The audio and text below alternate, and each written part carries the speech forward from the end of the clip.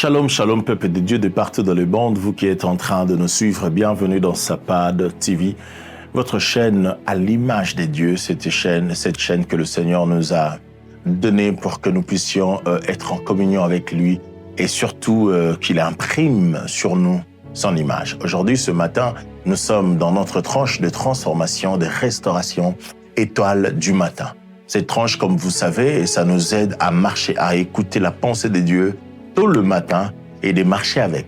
Marcher avec, pourquoi? Parce que à chaque matin, le Seigneur a une pensée à nous donner. Alors, il veut que tout au long de cette semaine, pourquoi pas le mois, que tu écoutes une parole que tu vas garder et marcher avec pour voir le Seigneur se manifester dans ta vie.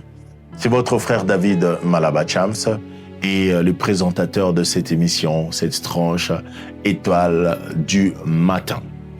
Alors ce matin, il a plu à Dieu que nous parlons d'un thème que je vais vous donner, c'est-à-dire l'humilité est une force. Je parle ce matin de l'humilité est une force. Pourquoi? Parce que beaucoup me diront, mais pasteur, comment est-ce que l'humilité peut-elle devenir une force? Oui. Alors c'est ce que le Seigneur veut. Pourquoi? Parce qu'il veut que nous marchions dans l'humilité. Il veut que nous enlevons en nous aujourd'hui la sémence de l'orgueil. Cette sémence qui, tant soit peu, quelle que soit sa taille, va croître, va grandir et va occuper tout notre être et va nous éloigner de la présence de Dieu. Alors aujourd'hui, ce matin, nous parlerons de l'humilité est une force. Je vais lire un passage biblique et puis nous allons commencer. Bon appétit. Je lis Luc chapitre 18, verset 10 à 14. Je crois que nous connaissons, c'est l'histoire de deux personnes qui sont montées au temple pour aller prier. Luc chapitre 18, verset 10 à 14. Il est écrit, « Deux hommes montèrent au temple pour prier. L'un était pharisien et l'autre publicain. » 11. Le pharisien debout priait ainsi en lui-même. « Ô Dieu, je te rends grâce de ce que je ne suis pas comme le reste des hommes, qui sont ravisseurs, injustes, adulteurs, et même comme le publicain, ce publicain. Je jeûne 2 fois par semaine. Je donne la dîme de tous mes revenus. 13. Ici j'aime. Le publicain s'est tenu à distance, n'osait même pas lever les yeux au ciel. Mais il se frappait la poitrine en disant « Oh Dieu, sois apaisé envers moi qui suis un pécheur. » 14. Je vous le dis, celui-ci descendu de sa maison justifié plutôt que l'autre. Car quiconque se levera sera abaissé et celui qui s'abaissera sera élevé. Parole du Seigneur. Voyez. Alors ici, on nous donne deux personnes, on nous montre l'histoire de deux, on nous parle de l'histoire de deux personnes qui sont allées au temple pour aller prier. Et l'autre, nous avons entendu ce qu'il dit, les publicains on nous parle de deux personnes, on parle l'un était pharisien et l'autre publicain. Et nous avons écouté la conversation. Mais ici, beaucoup me diront, comment est-il possible cela, que l'humilité devienne la force de tout? Écoutez ceci.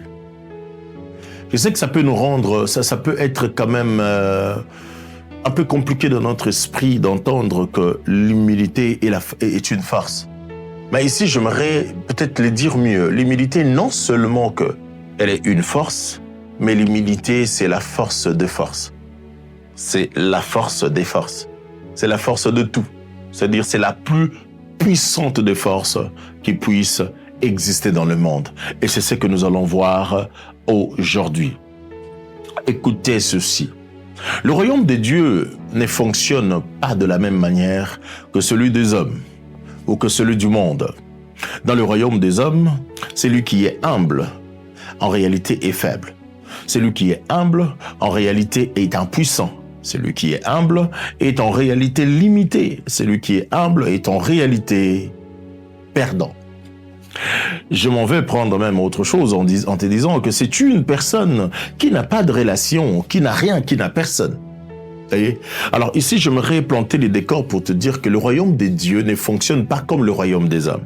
J'aimerais vraiment que nous puissions comprendre. Peut-être tu me dis, pasteur ou apôtre, je n'arrive pas à comprendre ce que tu veux me dire. Oui, tu finiras par comprendre. C'est-à-dire, pourquoi nous parlons que l'humilité est une force ou c'est la force des forces?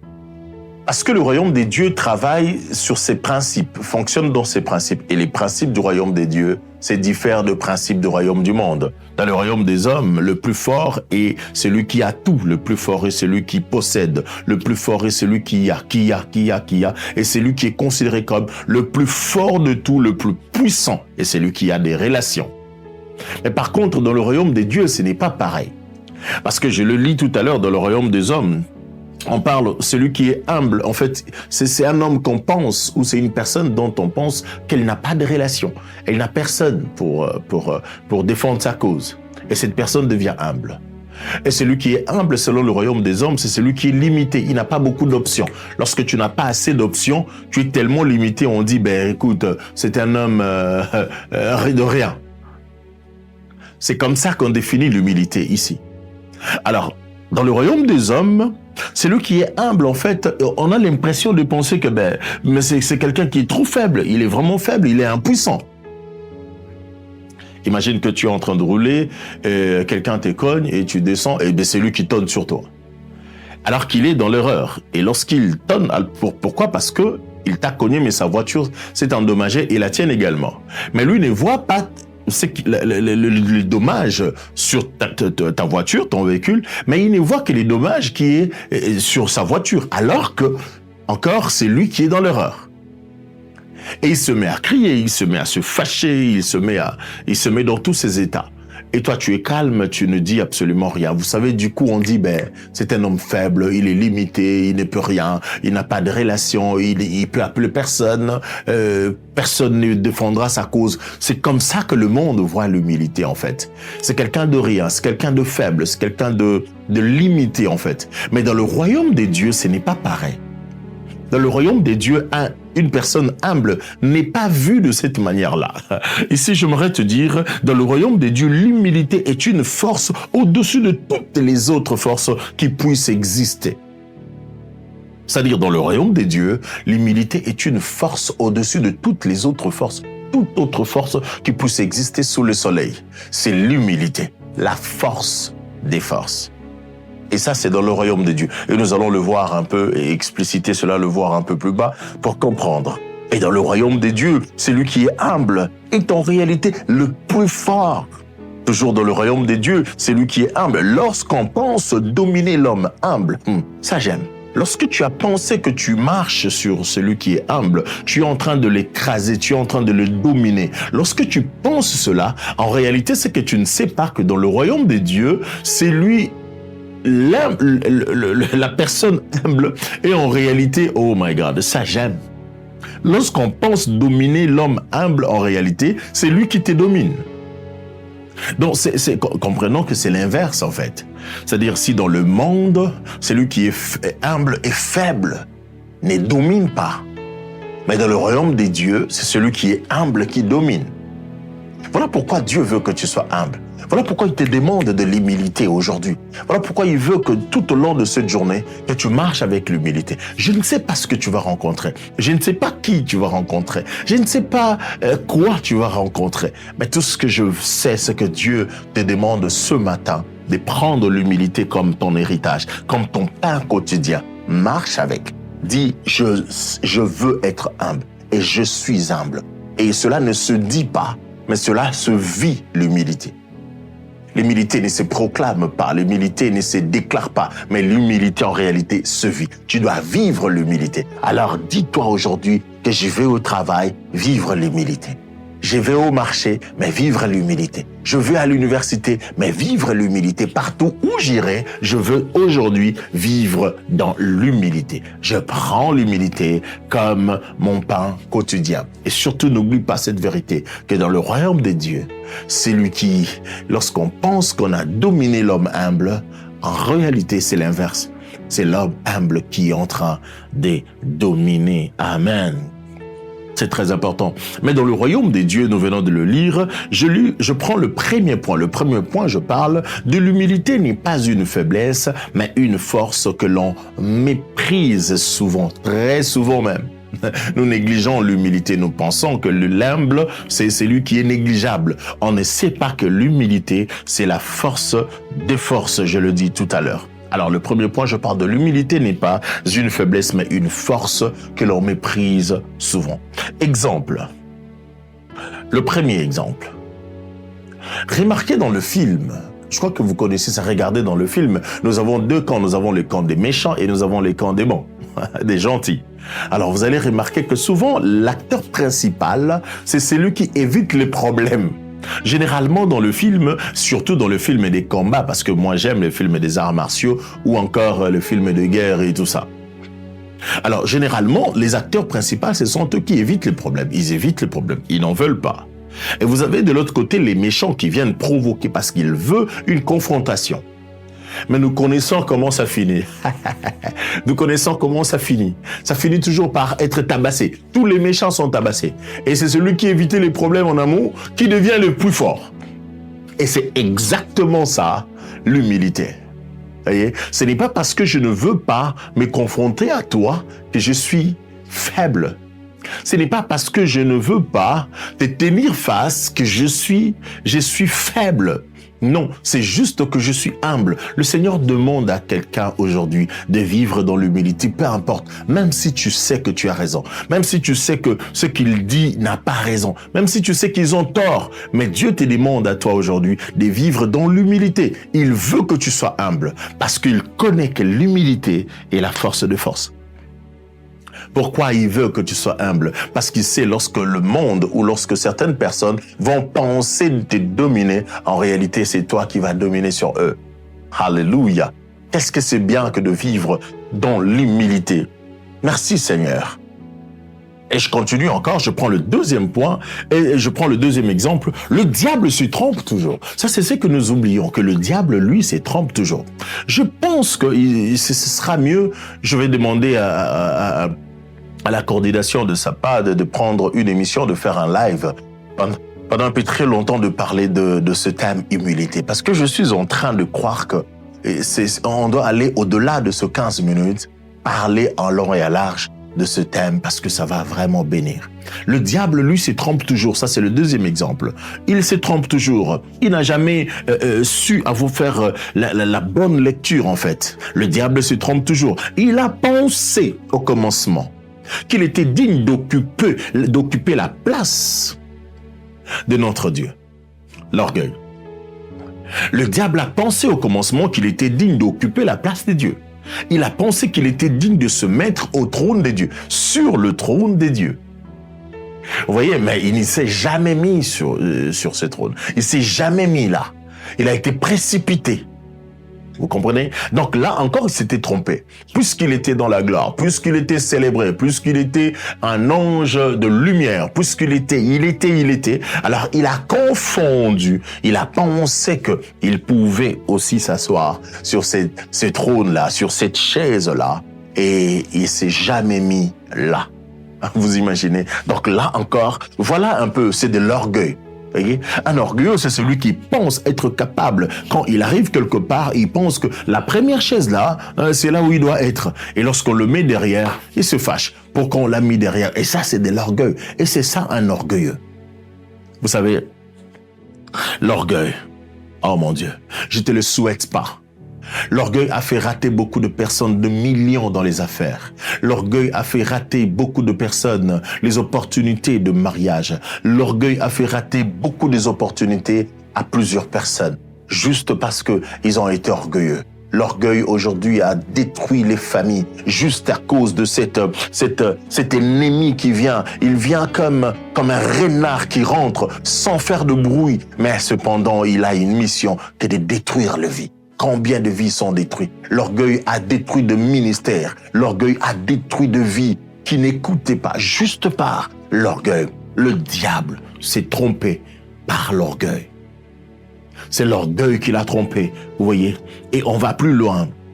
Non seulement il se croyait digne de s'asseoir, d'occuper la place de Dieu, mais qui ne s'est jamais assis là. Mais troisièmement, le diable, il s'est encore trompé. Il a pensé dominer notre Seigneur Jésus-Christ à la croix. Et là encore, il s'est trompé. Vous voyez, pour la deuxième fois, il a pensé qu'il dominait Jésus à la croix. on a vu arrêter Jésus, lorsqu'on a vu Jésus se faire arrêter, mais les diables ont oublié que quand ils sont venus l'arrêter, il leur a posé la question, qui cherchez-vous? Lorsqu'ils ont dit Jésus, ils sont tombés. Mais ils pouvaient les laisser comme ça et puis s'éclipser et partir. Mais il les a relevés et il a accepté qu'on le prenne. J'aimerais te dire une chose, toi qui m'entends, peuple de Dieu, que personne n'avait le pouvoir d'ôter la vie de Jésus.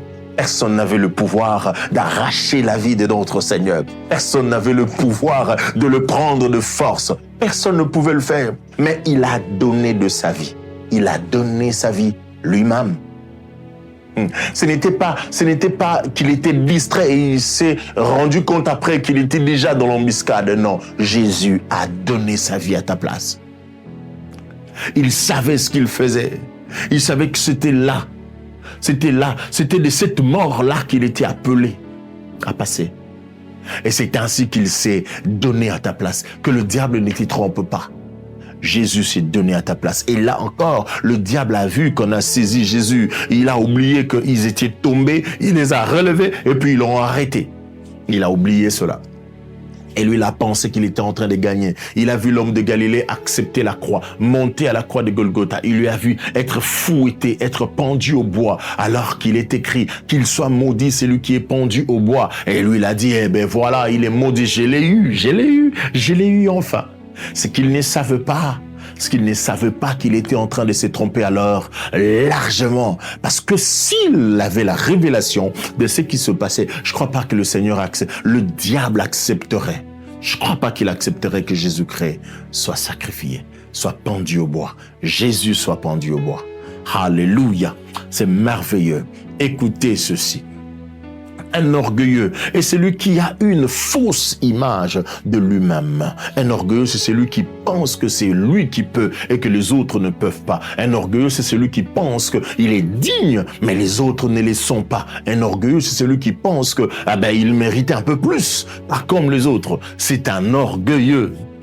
Un orgueilleux a toujours eu une fausse image de soi-même. Il pense être, mais il n'est pas. Il pense avoir, mais en réalité, il n'a rien. Il pense connaître, alors qu'il ne connaît rien du tout.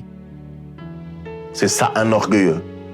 Fausse image de soi-même. Tu penses avoir quelque chose, mais en réalité, tu n'as rien. Et tu penses que tu es, mais en réalité, tu n'es rien. Et tu n'es pas. Oh my God. Oh, que le Seigneur nous aide. 2. L'homme humble. L'homme humble, c'est-à-dire l'humilité, c'est la capacité de s'oublier soi-même. Un homme humble, une personne humble, c'est une personne qui est capable de s'oublier soi-même. Je viens exhorter quelqu'un, soit capable de s'oublier soi-même pour le bien des autres. Vous savez, des fois, ce n'est pas question de s'agenouiller, prier, pleurer, jeûner, mais c'est question juste d'être humble et de voir les choses se débloquer. Parfois, ce n'est pas question de demander la main du pasteur sous sa tête, d'être secoué, déclarant les paroles. Non, de foi, c'est juste question d'être humble et voir la situation changer. Il y a des choses que nous pensons avoir dans la prière, mais en réalité, ce n'est pas la prière qui va nous les donner, mais c'est l'humilité qui va nous les donner. Ici, je m'en vais dire à quelqu'un que tout ne s'obtient pas par la prière et le jeûne. Mais il y a de ces choses que l'on peut obtenir juste par l'humilité, parce qu'on a été humble. Je me suis posé la question. Jésus à la montagne de Gethsémani s'est agenouillé. La Bible dit s'est agenouillé et la Bible dit que sa transpiration, c'est-à-dire sa transpiration s'est transformée en sang. Et là, il a prié, il a dit, Père, si possible, d'ôter cette coupe de moi. Mais je me pose la question, si le Père avait exaucé cette prière de Jésus, est-ce que Jésus serait ce qu'il est devenu aujourd'hui? Est-ce qu'il deviendrait le Christ? Je ne pense pas. Si le Père avait dit halte, comme tu l'as demandé, je le fais ainsi. J'enlève cette coupe au-devant de toi. Jésus pouvait mourir, mais il serait peut-être un homme ordinaire. Il resterait un homme ordinaire. Comprenez? Mais il a fallu que j'aime parce que lui-même s'est ressaisi. Il dira après, toutefois, non pas ma volonté, mais que la tienne. Vous voyez, il a demandé que la volonté de Dieu, pas ma volonté. Oh, Jésus avait la révélation parce qu'il savait. Vous voyez, c'est-à-dire il y a des choses, il y a des gloires, oh Jésus. Si tu savais que la gloire qui t'attend, tu l'obtiens pas par la prière. La gloire qui t'attend, tu l'obtiens pas par les dîmes et les offrandes. Mais cette gloire, tu ne peux l'obtenir que par l'humilité. Sois juste humble, accepte la volonté du Père. Sois juste humble de donner ta vie en faveur des autres. Et ce que tu as besoin t'atteindra. J'aime encore ce que Élie dit à Élisée. Ce que tu demandes, la double portion, c'est très fort et c'est trop bien. Mais si tu vois ce qui doit m'arriver, ce que tu demandes aussi, tu l'auras. Alors, qu'est-ce qui devait arriver à Élie? Ce qui devait arriver à Élie, c'est de monter. Parce que plus là, nous avons vu que Élie est monté. Et lorsqu'il montait, son fils Élisée, qui avait la promesse de voir ce qui allait lui arriver, ce qui allait arriver à son maître, arrivait pour qu'il obtienne ce qu'il avait demandé. Et il était là pour voir son père en train d'être élevé. Et ce n'est qu'en ce moment-là que la portion est venue, le double portion qu'il avait demandé. Vous comprenez? C'est-à-dire, il y a de ces choses-là que Élisée ne pouvait pas les obtenir. Cette double portion, il ne pouvait pas l'obtenir par la vie de la prière. Il ne pouvait pas l'obtenir par le jeûne. Il ne pouvait pas l'obtenir par autre chose. Mais il ne pouvait l'obtenir que par l'humilité. Parce que pour suivre Élie, ça demandait de l'humilité. Pour suivre Élie, ça demandait de l'humilité. Frère, apprends à être humble. Serre les autres. Accepte les autres autour de toi. Accepte de fois d'avoir tort pour qu'ils aient raison. Accepte de fois de s'asseoir derrière et que les autres soient devant. Car l'humilité n'est pas une faiblesse, mais l'humilité, c'est la force des forces. Que le Seigneur vous bénisse. On va continuer ce numéro dans le prochain numéro, ce thème dans le prochain numéro. Laisse que Dieu puisse nous bénir dans ce que nous venons d'entendre. Ce thème est profond. J'aimerais que pendant que tu écoutes cette parole même, tu écoutes ma voix et que ton cœur commence à te parler et que l'Esprit de Dieu commence à travailler en toi pour te rappeler que tu as besoin de vivre dans l'humilité. Car l'humilité n'est pas une faiblesse, mais c'est la force de force. L'humilité n'est pas une faiblesse, mais c'est la force de force. L'humilité n'est pas une faiblesse, c'est la force de force. Il y a des choses qu'on n'obtient pas par la prière, pas par le jeûne, mais juste par l'humilité. Que le Seigneur nous bénisse. Bye.